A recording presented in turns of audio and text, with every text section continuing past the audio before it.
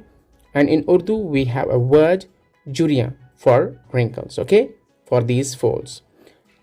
और ये जो wrinkles हैं, they represent old age, okay?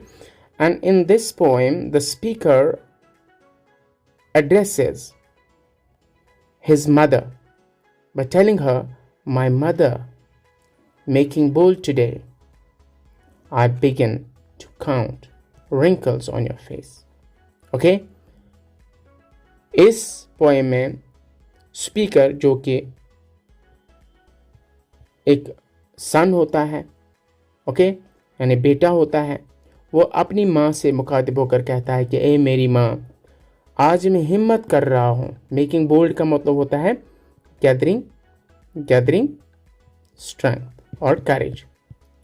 तो उसे कहता है कि ए मेरी माँ, मैं आज हिम्मत कर रहा हूँ ये बोलने की कि आप बूढ़ी हो चुकी हो, क्योंकि आपके चेहरे पे मैं आराम से गिन सकता हूँ, कैलकुलेट कर सकता हूँ, कैलकुलेट कर सकता हूँ. क्या कैलकुलेट कर सकता हूँ? wrinkles यानी झुर्रियाँ. on your face, on whose face?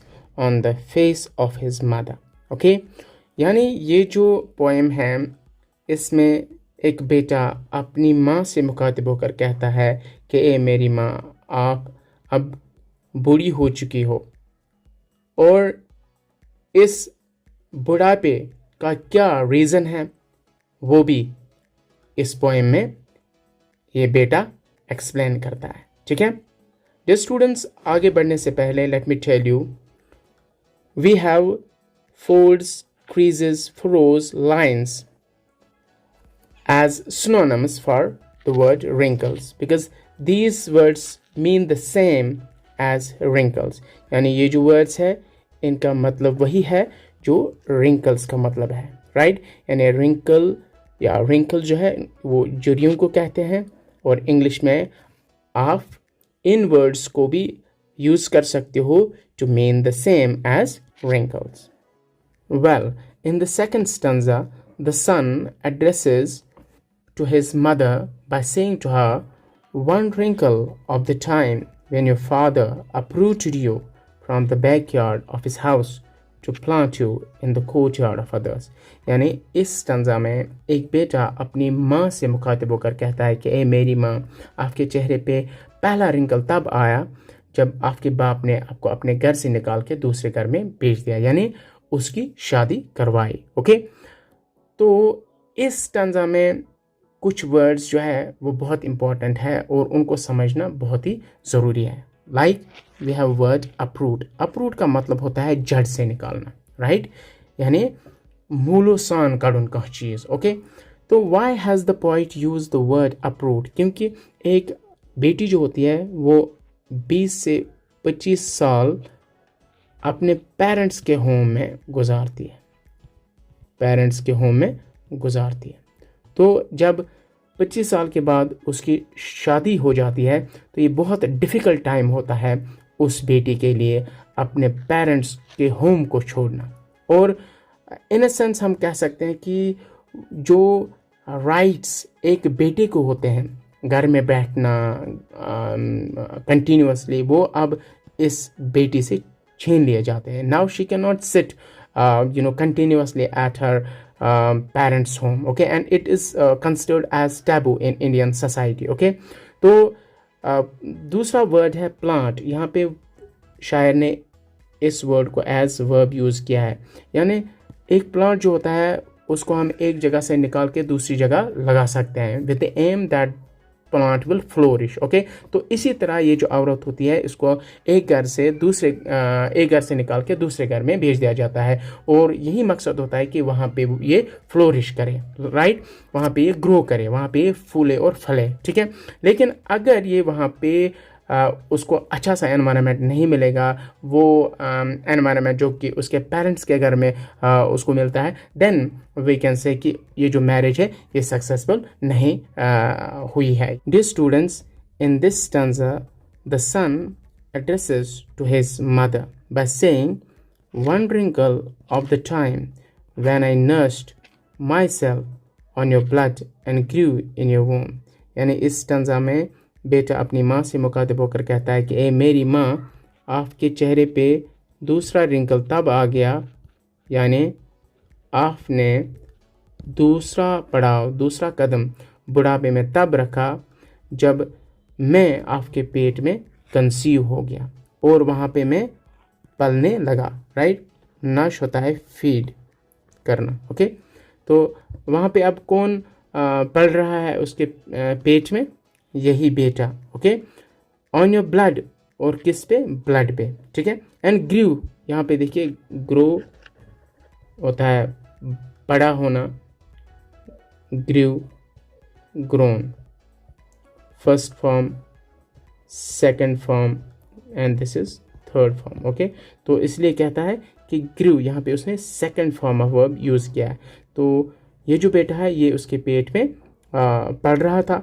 And in your वूम, वूम होता है पेट, इसको हम कोक भी कहते हैं. राइट, कोक, यहाँ पेट.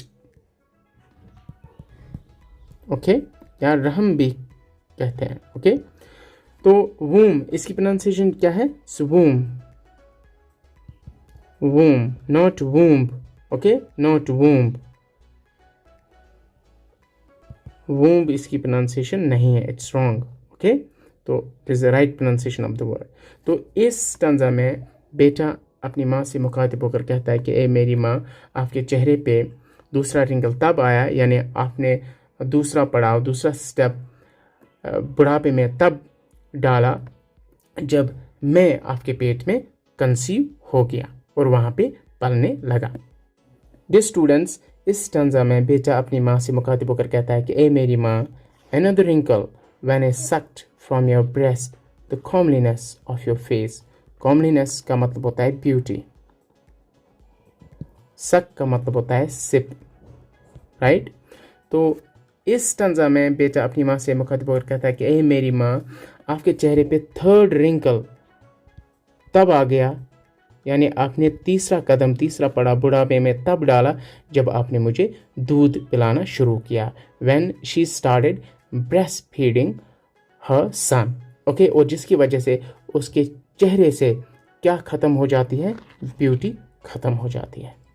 डियर स्टूडेंट्स, इस वाले स्टैंजा में बेटा अपनी माँ से मुखातिब होकर कहता है कि ए मेरी माँ, आपके चेहरे पे फोर्थ रिंकल तब आ जाता है, यानी आप चौथा कदम, यहाँ चौथा स्टेप बुढ़ापे में तब रखती हो जब आप मेरी शादी करवाती हो, या when I get married. Okay, और उसको क्या करना पड़ता है?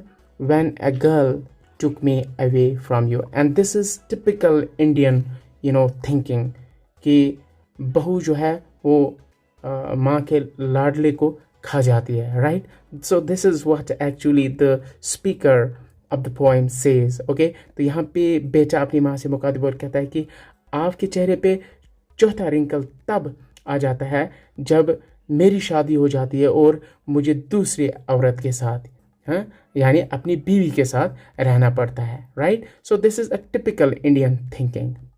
डियर स्टूडेंट्स, इस स्टैंजा में बेटा अपनी माँ से मुखातिब और कहता है कि ए मेरी माँ, mother mother. He repeats the word mother. Okay, taking courage, मैं आज हिम्मत कर रहा हूँ. In my hands today, I am seeking, और मैं क्या देख पा रहा हूँ, under the skin of your wrinkles, यानी आपके चेहरे पे जो झुर्रियाँ हैं, आपके चेहरे पे जो फोल्ड्स हैं, उनके अंडर मैं किसी को देख रहा हूँ. किसको देख रहा हूँ? अ गर्ल, एक लड़की को, एक बेटी को, हु वाज सप्रेस्ड, जिसको दबाया गया था, जिसको कभी ये हक नहीं दिया गया था बोलने का हक, हाँ, अच्छी लाइफ गुजारने का हक, राइट, बाहर निकलने का हक, हाँ, उसके राइट्स को जो है दबाया गया था. तो यहाँ पे male dominant society, male dominant society को दिखाया गया है, यानी सोसाइटी में मेल्स की चलती है, स्पेशली इन इंडिया. ओके, वहाँ पे मेल्स की ज़्यादा चलती है. Now the times have changed in 21st century. women and men are equal. Okay, तो ये वाला कॉन्सेप्ट जो है, this is now obsolete ideology, obsolete thinking, but there are some corners in India still where women are suppressed, their feelings are suppressed, they are still tortured, etc. right? लेकिन यहाँ पे इसी male dominant society को reflect किया गया है. ठीक है, इसलिए इस स्टंजा में शायर अपनी माँ से मुकद्दर कहता है कि ए मेरी माँ, इन फोल्ड्स के अंडर, यानी जो आपके चेहरे पे रिंकल्स हैं, उनके अंडर में उस गर्ल को देख रहा हूँ जिसको कभी भी अलाउ नहीं किया गया है अपनी बात रखने के लिए, अपनी बात खुल के दूसरे बंदों के सामने, दूसरे लोगों के सामने रखने के लिए. राइट. बेटा बात को कंटिन्यू करते हुए कहता है, who celebrated Radhe festival with fondness. Now the question is, who celebrated? That girl. That girl, जो उसको फोल्ड्स के अंदर, यानी स्किन के जो फोल्ड्स हैं उनके अंदर नज़र आती है, and that is actually his mother. वो क्या करती थी? She also celebrated Radhe festival. It's actually one of the festivals which is celebrated across Jammu division. Okay, तो इस फेस्टिवल में क्या किया जाता है, ये जो अर्दन पॉट्स होते हैं, इनके नेक्स को रिमूव किया जाता है और इनको कलर किया जाता है, और इन नेक्स के बीच में सीड्स को बोया जाता है, और यही सीड जो है ये फिर सीडलिंग्स बन जाते हैं जब ये ग्रो हो जाते हैं. और ये जो नेक्स होते हैं इनको क्या कहते हैं? Radhe. Okay, remember it. So this is one of the festivals that's celebrated across Jammu division, where people take to planting seeds with painting the earth around in rainbow colors or in different colors, and where community feasts and festivities are also held. इस stanza में बेटा अपनी माँ को as girl याद करता है और कहता है, with fondness who went to the tavi to immerse Radhe seedlings and bathe during Navratras. यानी जब उसकी माँ छोटी थी, राइट, वो शौक से विद लव कहाँ जाती थी? River Tawi. River Tawi. And this river flows in Jammu city. Okay, और वहाँ पे ये क्या करने के लिए जाती थी? To immerse. इमर्स का मतलब होता है डिप और डाउस. Okay, what? राधे सीडलिंग्स. ओके, एंड बैद, और उसी रिवर में ये नहाने के लिए भी चली जाती थी जब ये छोटी थी. कब? During Navratras. Navratra is also one of the festivals, Hindu festivals, that spans 9 nights and 10 days and is celebrated every year in the month of autumn. और उसकी माँ जब छोटी थी वो क्या करती थी? She would play games like hopscotch and game of pebbles. hopscotch को हम कश्मीरी में सोजलोंग कहते हैं and game of pebbles को हम कहते हैं हारन गिंदन, त्रुपन गिंदन. Okay, so these were the games that the speaker's mother would play when she was young. Dear students, in this stanza, बेटा अपनी माँ से मुखातिब और कहता है कि ए मेरी माँ, I'll bring for you everything, colors for Radhe, tinsel for dupatta, colorful pebbles from across the tavi. यानी इस स्टंजा में बेटा अपनी माँ से कहता है कि ए मेरी माँ, मैं आपके लिए कलर्स लाऊंगा ताकि आप अच्छे से राधे फेस्टिवल को सेलिब्रेट करोगी। टिंसल लाऊंगा, यानी ये डेकोरेटिव मटेरियल लाऊंगा ताकि आप अच्छे से अपने दुपट्टे को डेकोरेट करोगी। कलरफुल पेबल्स आपके लिए लाऊंगा ताकि आप ब्यूटीफुली कौन सी गेम खेलोगे, द गेम ऑफ पेबल्स। और ये पेबल्स कहाँ से उसका बेटा लाएगा, from the river Tawi. Okay, और अपनी माँ को कहता है become that girl mother just for a day, become that girl mother just for a day. यानी इस स्टंजा में एक बेटा अपनी बूढ़ी माँ से मुखातिब कर कहता है कि ए मेरी बूढ़ी माँ, आप एक बार वो गर्ल बन जाओ जो बचपन में राधे फेस्टिवल को अच्छे से विद जॉय सेलिब्रेट करती थी, जो बचपन में अपने दुपट्टे को टिंसल से सजाती थी, जो बचपन में गेम ऑफ पेबल्स खेलती थी। क्योंकि तभी इन सारी चीज़ों का, यानी गेम कलरफुल पेबल्स का, कलर्स फॉर राधे या टिंसल का तभी मतलब बनेगा जब उसकी बूढ़ी माँ वही छोटी बच्ची एक दिन के लिए बन जाएगी, right. So in the last stanza the poet wishes his mother to become that little girl, that girl who was free of tensions, who was free of worldly worries, right? So in the last stanza, the poet wishes her old mother to become young for a day. Dear students, let's now talk about the themes that the poet has highlighted in this poem. The first theme that the poet has highlighted in this poem is sacrifices of a woman or mother. यानी इस poem में ये दिखाया गया है कि ये जो माँ होती है, ये जो औरत होती है, इसके पास भी बहुत सारे अरमान होते हैं, उसके पास भी बहुत सारे आरज़ू होते हैं, लेकिन इन तमाम आरज़ुओं को, अरमानों को ये निछावर करती हैं, कुर्बान करती हैं अपने बच्चों के लिए, अपनी फैमिली के लिए। वो अपनी रातों की नींद जो है उसको भी कुर्बान करती हैं, वो अपनी ब्यूटी को कुर्बान करती है, खूबसूरती को कुर्बान करती हैं, वो डिफ़िकल्टीज़ को फेस करती हैं अपनी फैमिली को सुखी देखने के लिए, अपने बच्चों को अच्छी तरबियत देने के लिए, right.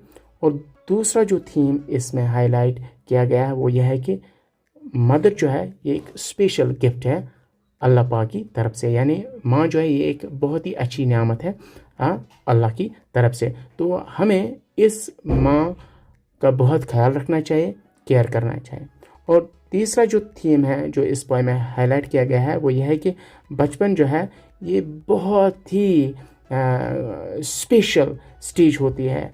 It's stage of joy, fun, pleasure. ये वो स्टेज होती है जब इंसान के पास दुनिया के वरीज़ नहीं होते हैं, तो वो अपनी ज़िंदगी मज़े में गुजारता है। लेकिन जो ही बचपन से वो निकलता है एक ह्यूमन बीइंग, चाहे औरत है या मर्द है, तो बिल्कुल उनकी जो ज़िंदगी है वो डिफ़िकल्टीज़ में, परेशानियों में फंस जाती है। तो इसलिए यहाँ पे हाईलाइट किया गया है कि ये जो बचपन है, बचपन कभी नहीं वापस आता है। इसलिए आपने एक सॉन्ग सुना होगा, गुज़रा हुआ ज़माना आता नहीं दोबारा। यहाँ बचपन जो है, बचपन की जो स्टेज है वो बहुत ही उम्दा स्टेज होती है, जॉयफुल स्टेज होती है, फ़न वाली स्टेज होती है। और चौथा जो थीम इसमें हाईलाइट किया गया है वो यह है कि टाइम किसी भी चीज़ को नहीं छोड़ता है, यानी with time everything for example grows old, with time everything decays, everything destroys and dies. Okay, तो यहाँ पे wrinkles के थ्रू हमें समझाया गया है कि एक छोटी बच्ची किस तरह with the passage of time बूढ़ी हो जाती है, राइट। तो एक पूरी पिक्चर हमारे सामने रखी गई है। A girl who had been very young, very for example energetic playing games like hopscotch, game of pebbles, and celebrating different type of festivals. But finally, the time comes when she looks very old, very weak, okay, because there are wrinkles on her face, on her forehead.